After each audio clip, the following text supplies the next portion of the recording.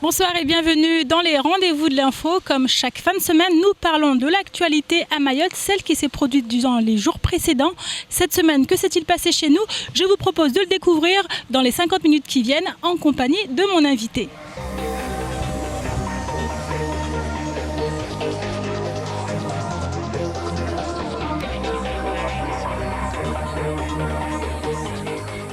Je viens donc de retrouver mon invité. Il s'agit de monsieur Haïdar Toumani Saïd, donc responsable chargé des relations internationales au Front démocratique mahorais.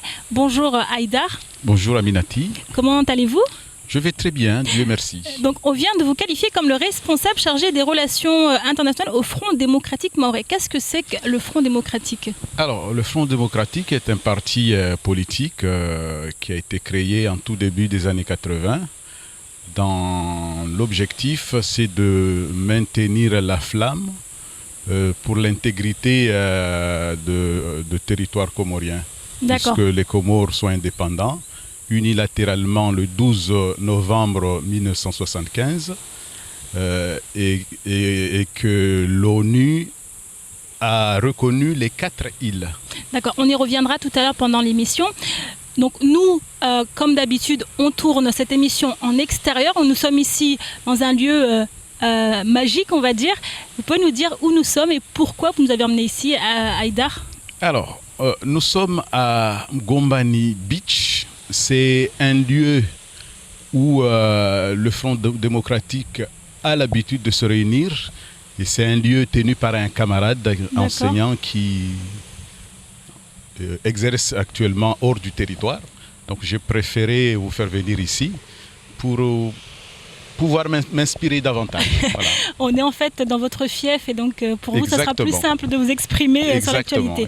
Donc justement, l'actualité, on va en parler Haïdar, celle de cette semaine à Mayotte. On commencera par ce sujet Haïdar, donc ces descentes de la police dans les rues de Kaweni. Donc les habitants ont vite fait de passer le mot aux autres, donc ce qui fait qu'au moment où la police est arrivée, les rues étaient vides. Je vous laisse regarder ce reportage de Shakila Issouf et de Fred Soulaïmana. C'est un véritable labyrinthe dans les hauteurs de Kaweni où vivent dans la précarité de nombreuses familles. La BAC était mobilisée ce matin. Les agents poursuivaient des individus en fuite et n'ont pas pu les interpeller. Pour le moment, impossible de savoir la raison de cette opération. Contrôle d'identité ou descente de police à la suite d'une enquête. Aucune information ne circulait pour le moment. Saïd se souvient, lors d'un contrôle de police où 4 agents l'ont maîtrisé, il critique les méthodes employées et indique que chaque année, il y aurait des victimes suite à des contrôles trop musclés.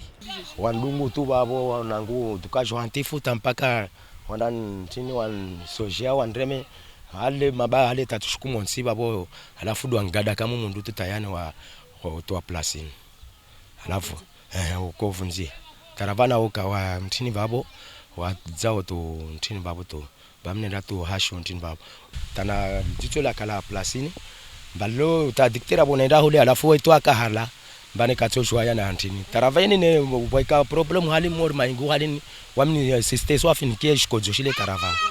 Chaque jour, des femmes et des enfants quittent les Comores pour venir à Mayotte et s'installent dans des cabanes en tôle.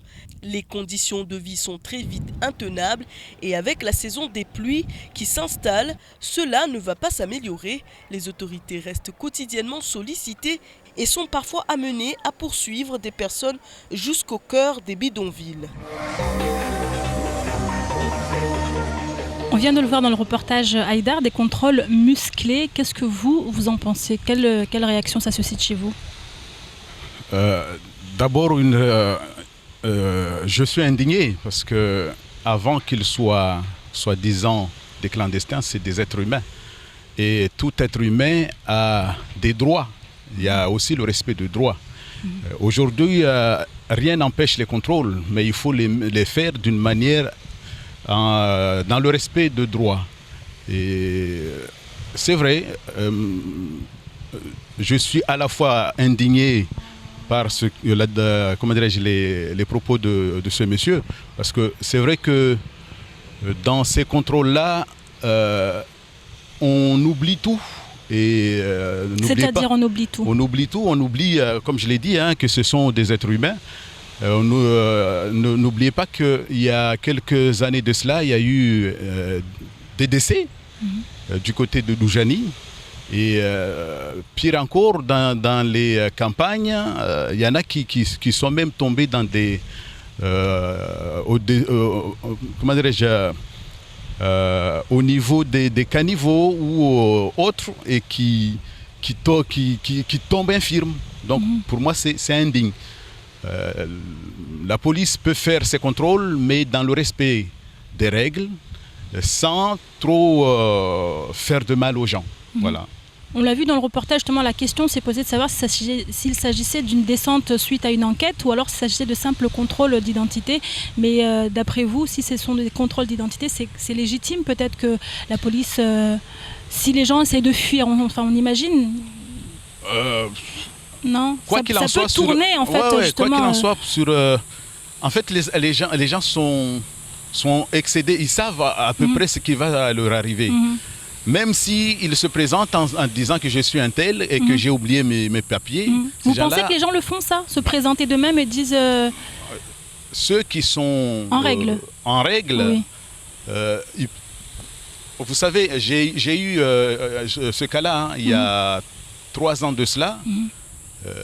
J'étais dans un taxi. On contrôle tout le monde. Malheureusement, ce jour-là, je n'avais pas ma carte.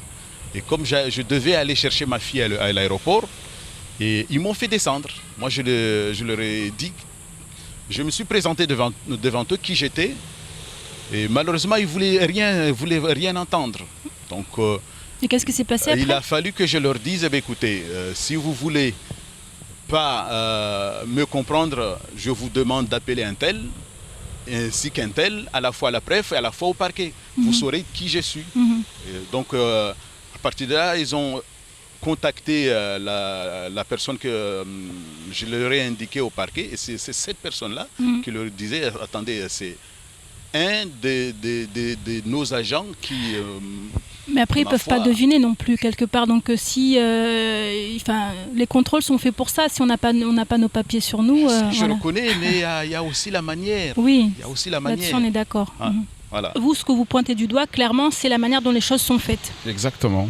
Donc, on enchaîne, Haïdar, avec cet autre sujet. Donc, les policiers qui sont manifestés pour...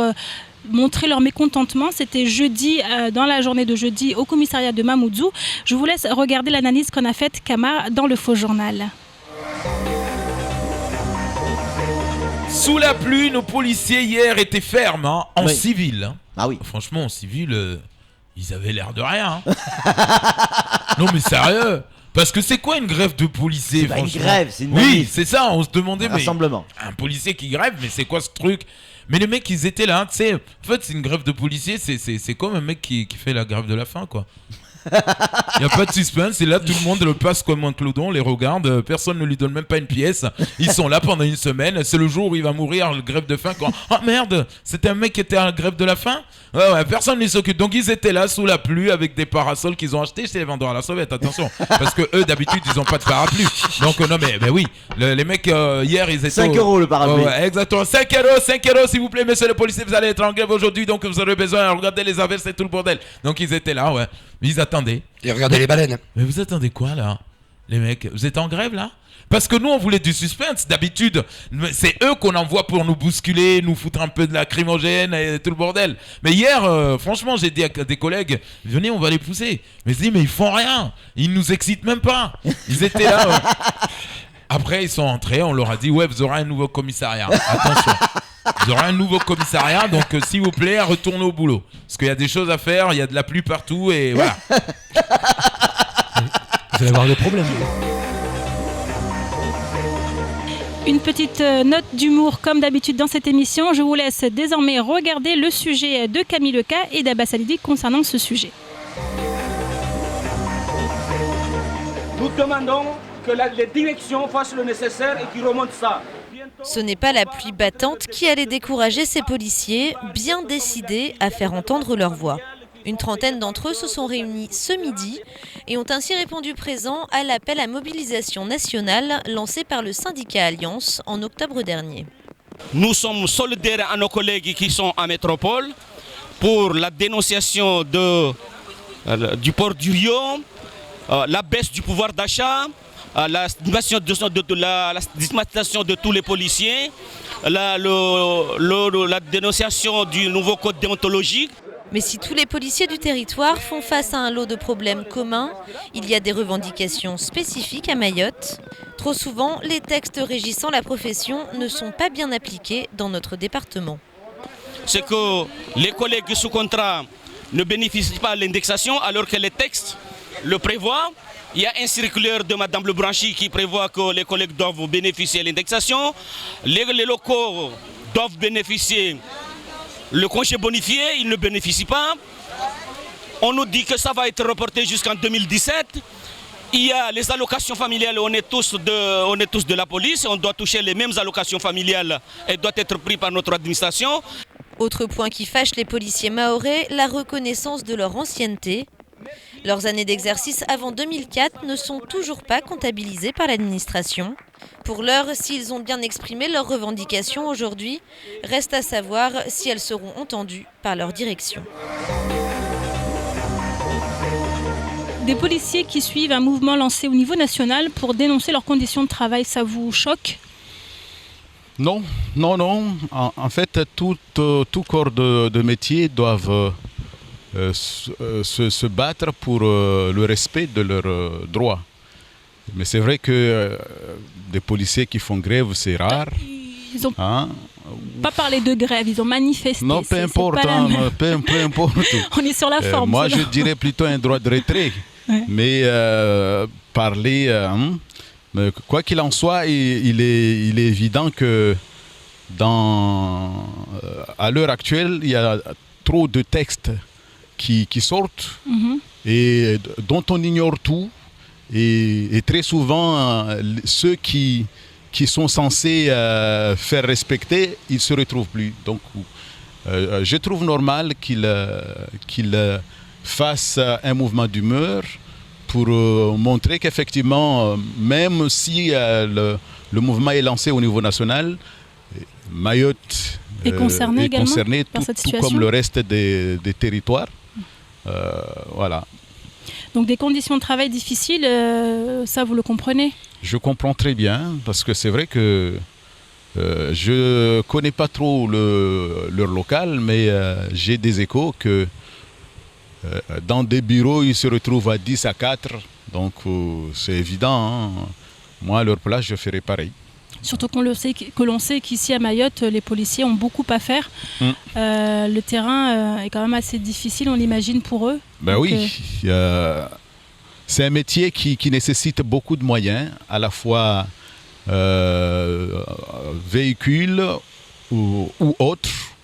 Et si tout ça n'est pas disponible, c'est vrai que comment l'État peut-il exiger un travail convenable ou décent. Et donc quand il parle également de manque de reconnaissance, vous comprenez aussi cela ? Je comprends parce que ça arrive aussi, même nous autres fonctionnaires, dans l'instant où on a été intégré, il y a eu pas mal d'années qui sont tombées à l'eau, qui n'ont pas été reconnues. Ce n'est pas seulement les policiers, il y a aussi les fonctionnaires territoriaux qui sont dans le même cas qu'eux. Et même les fonctionnaires de l'État, ils sont aussi dans le même cas qu'eux. Il est évident qu'il est grand temps que ceux qui sont devant puissent vraiment se pencher sur la question de la carrière des gens et ne pas pénaliser, parce que obliger les gens à travailler au-delà de 62 ans, c'est trop. Parce que avoir travaillé une dizaine d'années et puis être intégré plus tard, et puis ne pas être reconnu comme ayant travaillé des années auparavant, c'est vrai que c'est choquant. Et puis... Là, c'est quand même un peu plus généralisé. Enfin, ce dont vous parlez, c'est propre à la fonction elle-même, la fonction publique elle-même. Donc d'autres fonctionnaires sont concernés, ce n'est pas forcément les policiers. Bien sûr, ce n'est pas forcément les c'est un problème beaucoup plus général en fait. C'est un problème beaucoup plus général, oui. Je propose, Haïdar, de continuer avec un autre sujet. Donc cette fois-ci, on parle d'arnaques qui ciblent les entrepreneurs. Donc ces arnaques se multiplient. On en parlait récemment dans nos éditions. Donc je vous propose de regarder ce sujet de Camille Leca qui nous en dit davantage sur cette situation. Des lettres à l'apparence officielle. Des expéditeurs qui résonnent dans la tête des entrepreneurs. Et pourtant, derrière tous ces courriers se cachent en réalité des arnaques. Comme celui-ci, repéré il y a quelques jours par l'ADI. Donc c'est un document qui demande aux entrepreneurs qui viennent juste de s'installer, et notamment à Mayotte. Là on voit que c'est une dame qui s'est installée sur Chirongui. On leur demande de payer 336 € pour s'inscrire sur un annuaire en ligne qui s'appelle Journal Légal. Et d'ensuite payer la modique somme de 10 620 € pour une parution sur 36 mois. Une fois la somme réglée, les informations concernant l'entrepreneur vont se retrouver sur cet annuaire en ligne. Un annuaire qui n'est d'aucune utilité. Infocabis, Infociret, registre APE, les escrocs utilisent plusieurs noms, mais à chaque fois la même façon de procéder. Vous demandez de vous acquitter d'une cotisation dont les sommes peuvent atteindre plusieurs centaines d'euros. Problème, tout est légal et il est donc très difficile d'entamer des poursuites contre ces sociétés. Les conditions générales de vente expliquent la totalité de l'objet de l'envoi de ce document. Ils expliquent que c'est facultatif, que c'est une société à caractère privé. Alors c'est effectivement écrit en tout petit, sauf que ces documents sont envoyés à des professionnels, des entrepreneurs. Donc ça n'est pas régi par le code de la consommation. Donc du coup c'est vachement bien pensé pour que le maximum de personnes puissent répondre et donc du coup payer cette prestation qui finalement ne sert pas à grand chose. Seul rempart contre l'escroquerie, la prévention. C'est pour cela que l'ADI met en place des réunions hebdomadaires ouvertes aux 1000 entrepreneurs qu'elle suit à travers l'île. Toutes les semaines, on présente en fait les dernières arnaques qui sont sorties à Mayotte et on les présente aux entrepreneurs qui viennent de créer leur activité. Donc ça leur permet de voir directement le document et de voir directement les documents auxquels il ne faut pas répondre. Alors à côté de ça, on leur présente les documents de la Caisse de Sécurité Sociale de Mayotte, les documents de la CCI, les documents importants, les documents obligatoires auxquels il faut répondre et pour lesquels il faut débourser un petit peu d'argent. Si vous êtes entrepreneur et que vous avez le moindre doute sur un courrier, ne donnez pas suite. Connectez-vous sur la page Facebook de l'association. Elle recense toutes les dernières arnaques qui circulent sur le département. Des entrepreneurs mahorais de plus en plus sujets à ces arnaques. Qu'est-ce que vous en pensez ? Ça choque. Parce que déjà, d'un côté, ils sont assujettis. Et puis de l'autre côté, s'il y a des profiteurs, ça choque. Et j'attirerais vraiment leur attention de se méfier parce que très souvent, depuis qu'on a le haut débit, ces genres d'arnaques arrivent très souvent sur notre boîte mail. Donc le mieux, moi ce que je fais, je me débarrasse tout de suite. Je mets à la poubelle. Vous avez déjà été victime à plusieurs reprises. Vous en êtes rendu compte après ou bien avant de tomber dans le panneau, on va dire ? Je ne suis jamais tombé parce que j'avais connu ça depuis la métropole lorsque j'étais étudiant. On recevait de temps en temps des courriers d'arnaque. Et j'ai été sensibilisé depuis là-bas. Donc, ce genre de choses ne me touchent pas. Mais j'essaie tout de suite de les mettre à la poubelle parce que c'est vrai que ça peut être très dangereux et puis ça peut ruiner les gens. Ça peut mettre la vie des gens en danger. Bah là, vous dites que vous le saviez, mais effectivement, on s'imagine que pour ceux qui ne savent pas, quelqu'un qui vient d'ouvrir son entreprise, donc généralement, c'est de nouvelles entreprises qui viennent d'être créées. Une fois qu'on a ce genre de sollicitation, on a l'impression de bien faire et on se rend compte qu'après, que c'était une arnaque. Et là, en fait, en termes d'information, on voit que l'ADI s'implique. C'est une bonne chose. Moi, l'implication de l'ADI est une bonne chose et puis je demanderai aux gens d'appeler l'ADI ou d'avoir ce réflexe en fait, de s'interroger. Il faut qu'ils aient ce réflexe-là, voilà, parce qu'effectivement, s'ils se laissent tenter, après ils ne peuvent plus s'en sortir et c'est très dangereux. Donc on le voit à Mayotte, l'initiative économique donc entrepreneuriale prend beaucoup d'ampleur. Donc c'est pour ça peut-être qu'on imagine que ces personnes-là se disent qu'il y a peut-être des choses à faire. Enfin c'est négatif, hein, mais c'est vrai, facile. C'est vrai que avec les problèmes de l'emploi, les jeunes ont tendance à créer eux-mêmes leur propre entreprise. Et c'est encourageant, mais il faudrait qu'ils se rendent compte également que c'est plein de pièges et qu'à eux de faire attention pour qu'ils ne soient pas tombés dans ce piège-là. Surtout qu'on le voit ici dans le reportage, c'est dit que c'est légalement, en fait, on ne peut pas forcément faire quoi que ce soit pour les incriminer, dans la mesure où ils se sont assurés d'être dans les règles, en fait. Ils ont fait, c'est un montage quand même très bien pensé pour arnaquer les entrepreneurs. Moi, je suis surpris que des arnaqueurs soient légalisés. Après, il y a des règles, donc vous savez, il y en a qui arrivent à jouer avec les règles. Il faudrait trouver un moyen législatif pour pouvoir les poursuivre, parce qu'on peut pas, ils peuvent pas se dire bon, on est quoi qu'il en soit couvert, on peut arnaquer qui on veut et on sera tranquille. Je suis désolé, si on légalise. C'est pas légaliser, c'est que justement pour l'instant on ne voit pas par quelle voie on peut les poursuivre en fait. C'est aux législateurs d'apporter des réponses justement.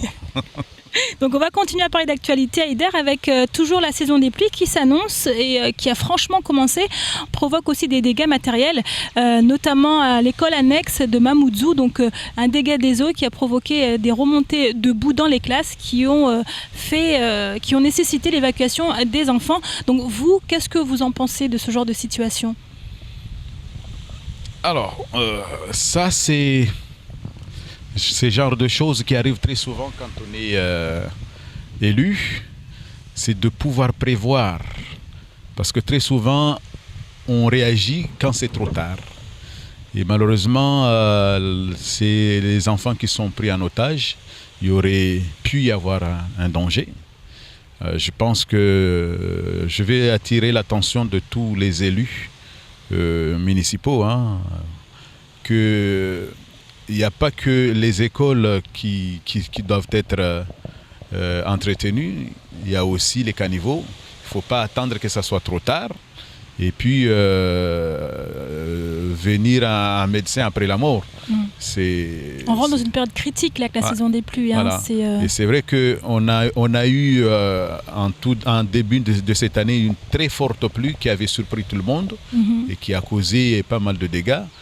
Et en grande partie, c'est des caniveaux qui n'ont jamais été curés, qui étaient source de ces problèmes. Et donc, il est grand temps de prendre conscience et puis de savoir prévoir et puis de savoir anticiper sur les choses. Et j'imagine le cas qui a eu lieu à Bandabois l'année dernière où une maison a été ensevelie. Je ne l'espère pas pour le reste de la population. Et donc voilà, il y a aussi, comment dirais-je, la prévention que les communes doivent faire auprès de ceux qui construisent n'importe où et n'importe comment. Permettre à ces gens-là de pouvoir construire. Parler surtout des habitations de fortune. Voilà, de pouvoir construire dans des endroits sécurisés et non pas les laisser à leurs risques et périls Et puis après, c'est pas seulement eux, mais c'est aussi le maire qui est responsable de tout ça. Merci beaucoup Haïdar pour ces précisions. C'est ici que s'achève la première partie des rendez-vous de l'info. Je vous retrouve juste après la pub.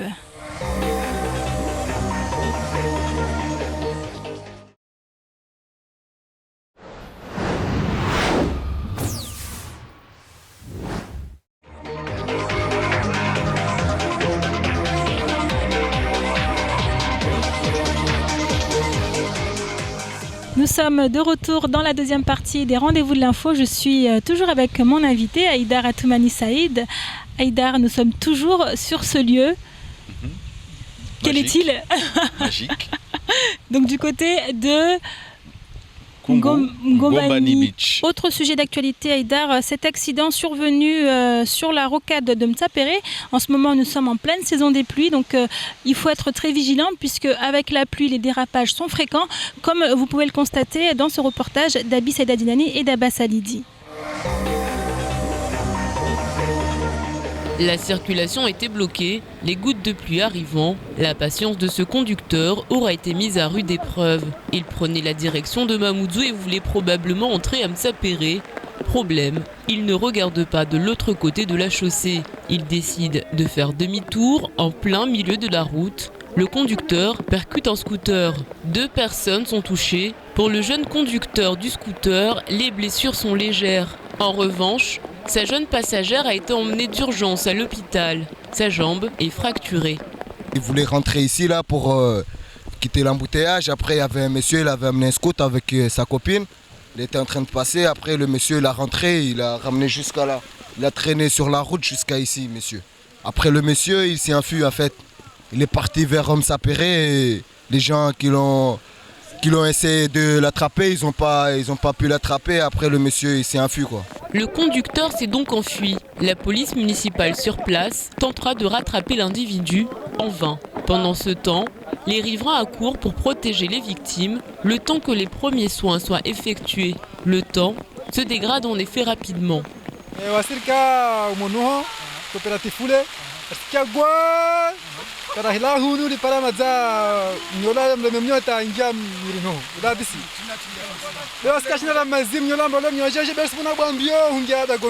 Un peu plus tard, le propriétaire du véhicule se présentera spontanément au commissariat. Il appellera le conducteur qui arrivera dans la foulée. Dans l'après-midi, le conducteur a été auditionné par les forces de l'ordre. L'enquête se poursuit. Un accident assez grave qui aurait pu l'être encore plus, Haïdar, et un conducteur inconscient qui prend la fuite. C'est scandaleux parce que je pense qu'il aurait dû y rester, même si il a fait ce qu'il ne devait pas faire. Parce que sur cette voie, il y a des endroits où je pense on ne peut pas faire tout ce qu'on veut. Et puis en période de pluie, c'est encore beaucoup plus grave. Et moi, ce qui me choque le plus, c'est le fait qu'il ait fait l'accident et puis qu'il ait pris la fuite.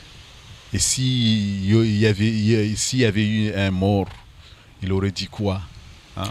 On le voit que quand on prend un volant, il faut se dire que je suis responsable de ce que je vais faire. Sur la route. Sur la route. Parce que je peux être confronté à des situations difficiles, à moi d'assumer tout ce qui va m'arriver et de les assumer vraiment et non pas faire comme a fait le monsieur, préférer prendre la fuite. Et faire preuve de vigilance aussi avant même d'avoir à assumer. Oui, il y a surtout ça. Il y a surtout ça. On a tous besoin de rouler sur la route. Qu'ils sachent qu'il n'y a pas que les camions, il y a aussi les motocyclistes, il y a aussi autres. Donc à tout conducteur d'être vigilant sur la route. Et on le voit que ces comportements, donc ces conducteurs qui commettent des délits de fuite, c'est de plus en plus fréquent. On le voit dans les accidents qui se produisent à Mayotte en ce moment. Plusieurs fois, le conducteur prend la fuite. Est-ce que pour vous, ça reflète une situation qui est en train de prendre de l'ampleur, ou alors c'est quelque chose qui est passager, qu'il faut réussir à...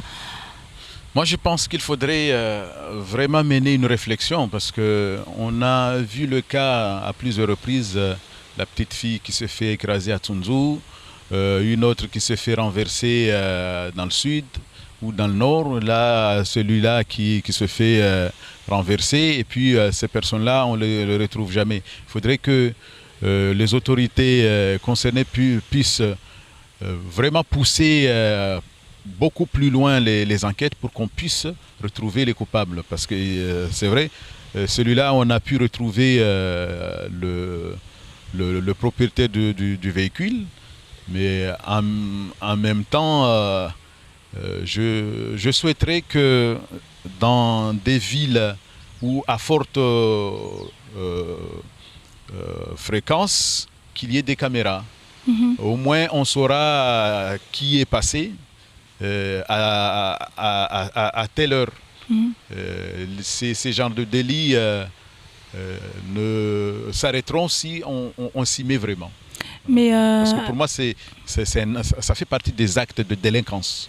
Mais est-ce que vous ne pensez pas que c'est aussi peut-être lié à ce que certaines personnes ne sont pas en règle même pour conduire, donc ce qui conduit à ce délit de fuite? Non, il ne faudrait pas rechercher par là? Possible, mais si on n'est pas en règle, pourquoi vouloir prendre le volant? Après, ça, c'est la question. Je ne suis pas en règle. Je ne peux pas me permettre de prendre le volant, alors que je sais à mes risques et périls que je ne serai jamais pardonné en cas d'erreur ou de faute. Voilà. Donc je déconseille fortement à tous ceux qui n'ont pas la possibilité de conduire, qu'ils le laissent. Les écoles de conduite sont là, où les permis délivrés ailleurs, sans respect des règles, il faudrait les bannir. Voilà. Autre sujet dont nous allons parler, Haïdar, c'est le 4e comité de pilotage du projet de rénovation de Mgombani à Mamoudzou. Donc un projet qui a réuni différents partenaires, notamment l'ADEAL, la CIM et la mairie de Mamoudzou. Un projet qui vise notamment à résoudre les problèmes d'assainissement du secteur, notamment concernant les écoles et les habitations, comme nous l'expliquent Shakila Issouf et Fred Souleymana. Redonner un nouveau visage à Mgombani pour améliorer le cadre de vie des habitants. Ainsi, plusieurs cases CIM ont été démolies pour être reconstruites en tenant compte des études qui ont été menées depuis quelques années, à savoir quand les anciennes équipes dirigeantes de la mairie se sont occupées du dossier. C'était un projet très important et puis d'ailleurs ça a été initié par M. Hassan Abdallah et puis il y a M. Abdraman Salih qui a pris la suite et moi j'arrive, j'espère, vers la fin de ce projet. Le projet de rénovation urbain qui a pour objectif de sortir de l'eau Mgombani a pour but de réparer le réseau d'assainissement qui a été mal conçu. Aujourd'hui, 10 ans après, grâce à la CIM qui l'a inscrit comme faisant partie d'une zone urbaine sensible, Mayotte n'est plus exclue de ce dispositif. Le quartier voit aujourd'hui réellement des engagements pour l'aménagement. Aménagement, on est sur des travaux qui coûtent 9 millions d'euros pratiquement. Qui vont durer encore 2 ans. Donc le quartier sera un peu chamboulé pendant toutes ces années. Il y a les travaux d'aménagement, il y a les travaux de construction, on parle de logement, donc on voit également les travaux de bâtiments locatifs sociaux qui sont en cours. Le premier quartier éligible aux finances de l'ANRU pourrait lancer la voie à d'autres en manque d'infrastructures et d'espaces de vie. Ainsi, plusieurs partenaires travaillent en collaboration avec la mairie, le conseil général, la CAF et l'ANRU. Un projet de rénovation qui ouvre ici de belles perspectives, Haïdar.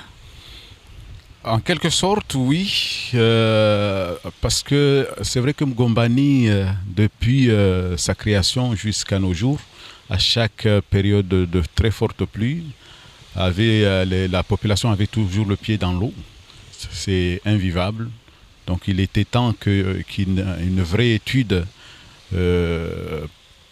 pour mettre en place l'assainissement digne de ce nom, pour permettre à la population de pouvoir vivre dignement.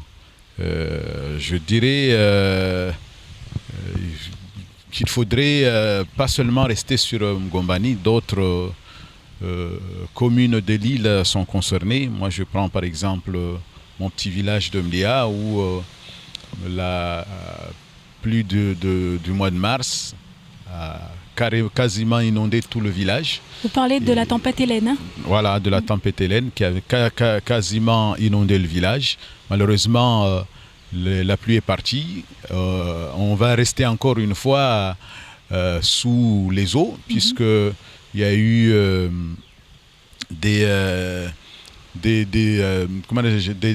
projets de réparation, mais encore une fois, on a été oubliés. Et il y a non seulement Mlia, il y a d'autres villages qui sont concernés. Donc il va falloir que les élus concernés puissent mener une étude approfondie, globale sur l'ensemble de nos villages pour qu'on puisse sortir de ce problème d'assainissement. Et prennent le problème à bras-le-corps parce qu'on voit que tous les ans, la même situation se représente. Tous les ans, la période de la saison des pluies, c'est les mêmes problèmes, c'est les mêmes inondations et les habitants, au bout d'un moment, évidemment, ils n'en peuvent plus. Effectivement, finalement, ils n'en peuvent plus parce que ça représente quand même un danger, même si on se situe sur un endroit qui n'est pas trop risqué entre guillemets, mais on ne peut pas contrôler le débit de l'eau. Ça peut aller très vite et ça peut causer beaucoup de dégâts. Toujours dans l'actualité, Haïdar, donc cette foire de l'agriculture et de l'élevage qui s'est tenue il y a quelques jours à Diego Suarez à Madagascar, une foire à laquelle a participé notamment la CAPAM, la Chambre d'agriculture et de la pêche et de l'aquaculture à Mayotte. Mais on l'a vu, les réactions étaient plutôt mitigées concernant les objectifs même de la foire. Je vous laisse regarder ces précisions d'Abi Sedadinani. Le public n'aura pas répondu présent. Il prévoyait 20 stands, on est loin du compte. De nombreuses personnalités attendues, en vain. Du retard accumulé tout au long des festivités, mais pour l'organisation, les objectifs ont été atteints. Favoriser le contact entre agriculteurs mahorais et malgaches, ôter les doutes quant à une future collaboration entre ces acteurs du monde agricole. Il n'y a pas encore le cahier des charges. On va voir après une ou deux semaines. Il y aura le cahier des charges et c'est là qu'on décide si ça nous va ou non. Mais d'après ce qu'ils nous disent là, ça nous va très bien.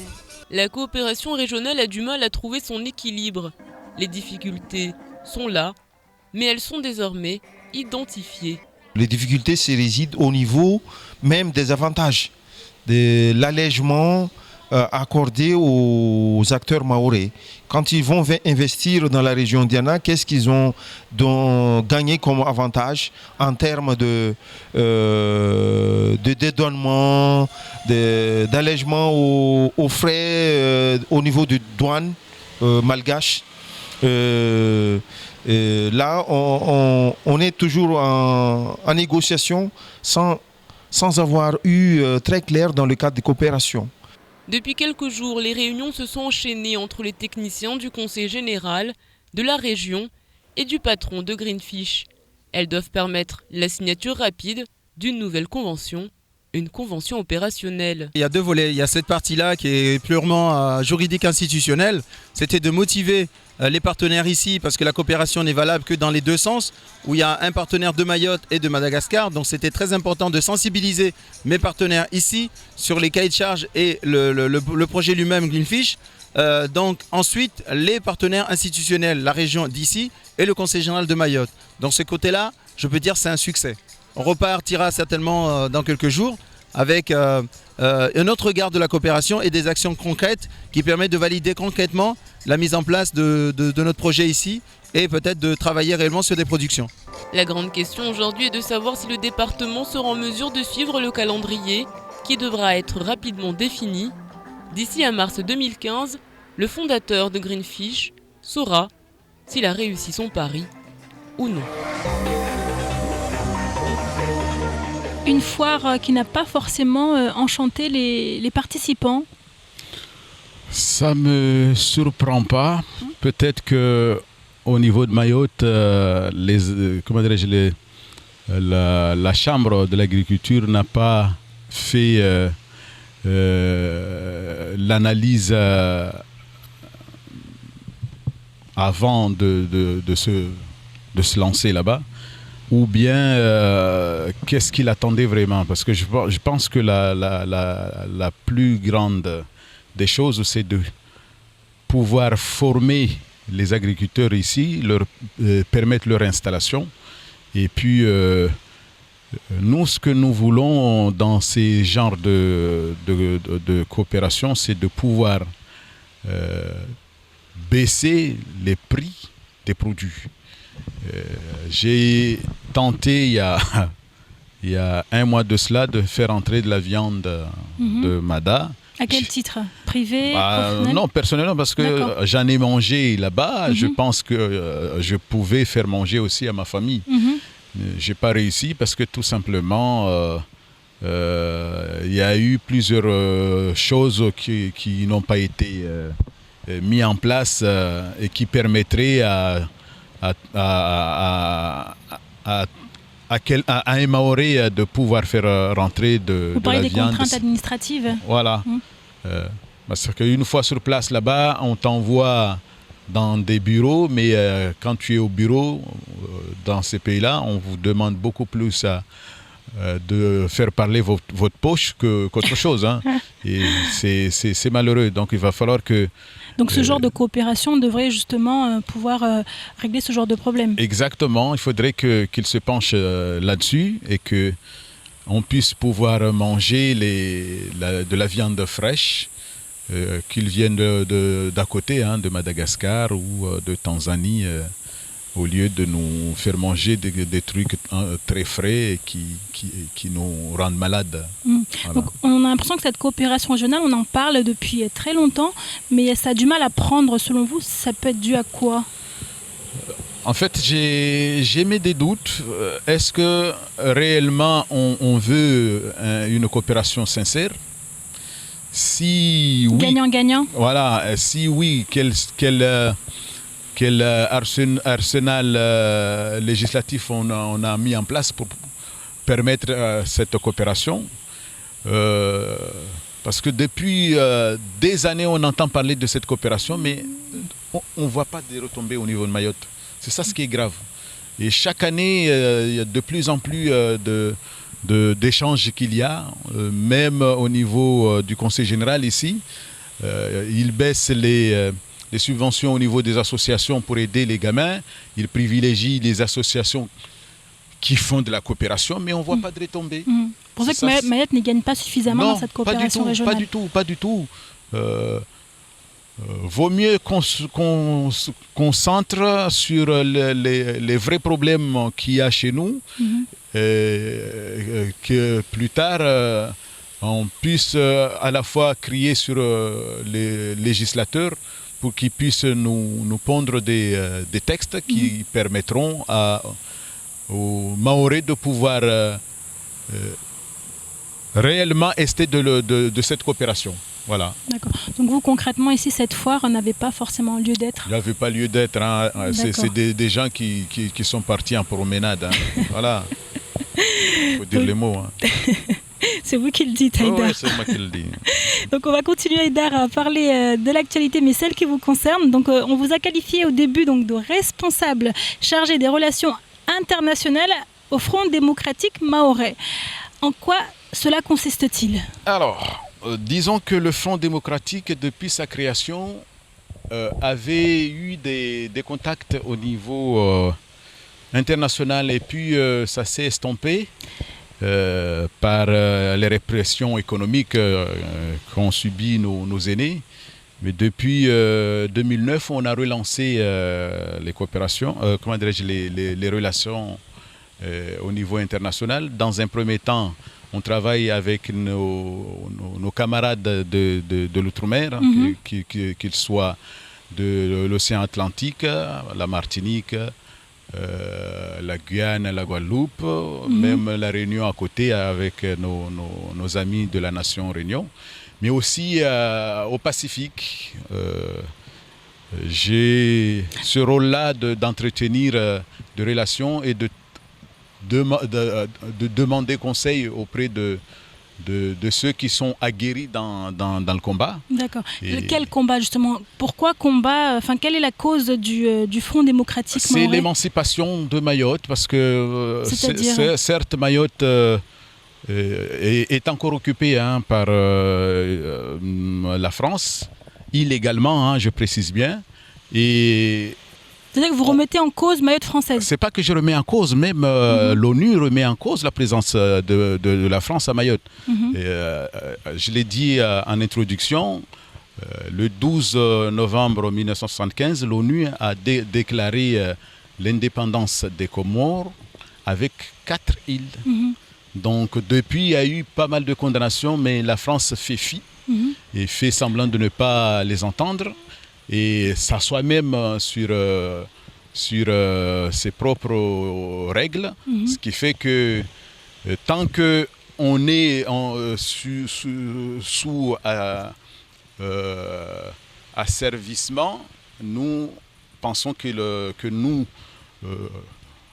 devons encore une fois faire en sorte à ce que on puisse faire, comment dirais-je, rappeler aux Mahorais que c'est pas l'argent et c'est pas la belle vie. Donc Mayotte en tant que département français, vous remettez également ça en cause? Voilà, quand on vit alors qu'on n'a pas les décisions, parce que toutes les décisions concernant le développement de Mayotte, ce ne sont pas les Mahorais qui les réfléchissent.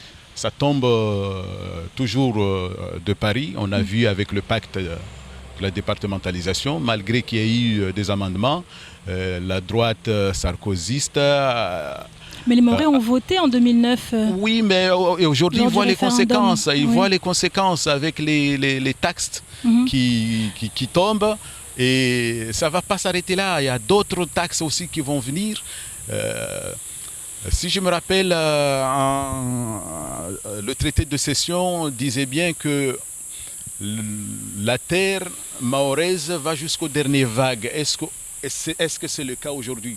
On a commencé par mettre en place les ZPG et puis petit à petit les réserves foncières.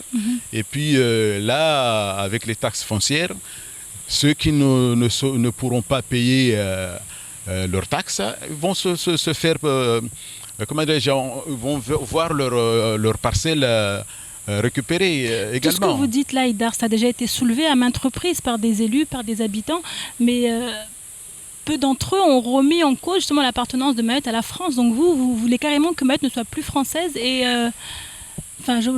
expliquez-nous un petit peu votre positionnement. Le problème qu'il y a, c'est que quand ils sont hors des caméras, ils crient haut et fort que c'est inadmissible. Oui. Mais quand ils sont face aux caméras, on a l'impression qu'ils sont gênés. Et ils n'osent pas dire les choses.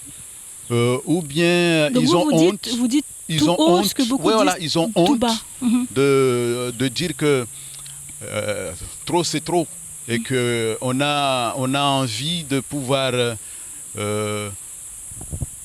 gérer dignement. Donc vous, c'est plutôt pour une plus grande implication des Mahorais dans les décisions qui les concernent. Bien sûr, dans ce sens-là. Bien sûr, il faudrait qu'ils soient beaucoup plus impliqués et qu'on ne doit pas les ignorer. Ces fonctionnaires, ils sont là 2 ans, 3 ans maxi, ils s'en vont. Mayotte restera toujours aux Mahorais, donc il est grand temps qu'ils soient réellement impliqués dans tous les échanges, dans toutes les discussions qui les concernent directement. D'accord. Merci beaucoup Haïdar pour toutes ces précisions et puis de nous avoir dit justement ce qu'il en était de ce front démocratique mahorais. Donc moi je vous laisse sur ces quelques mots et vous dis à la semaine prochaine pour de nouvelles infos, toujours sur KTV.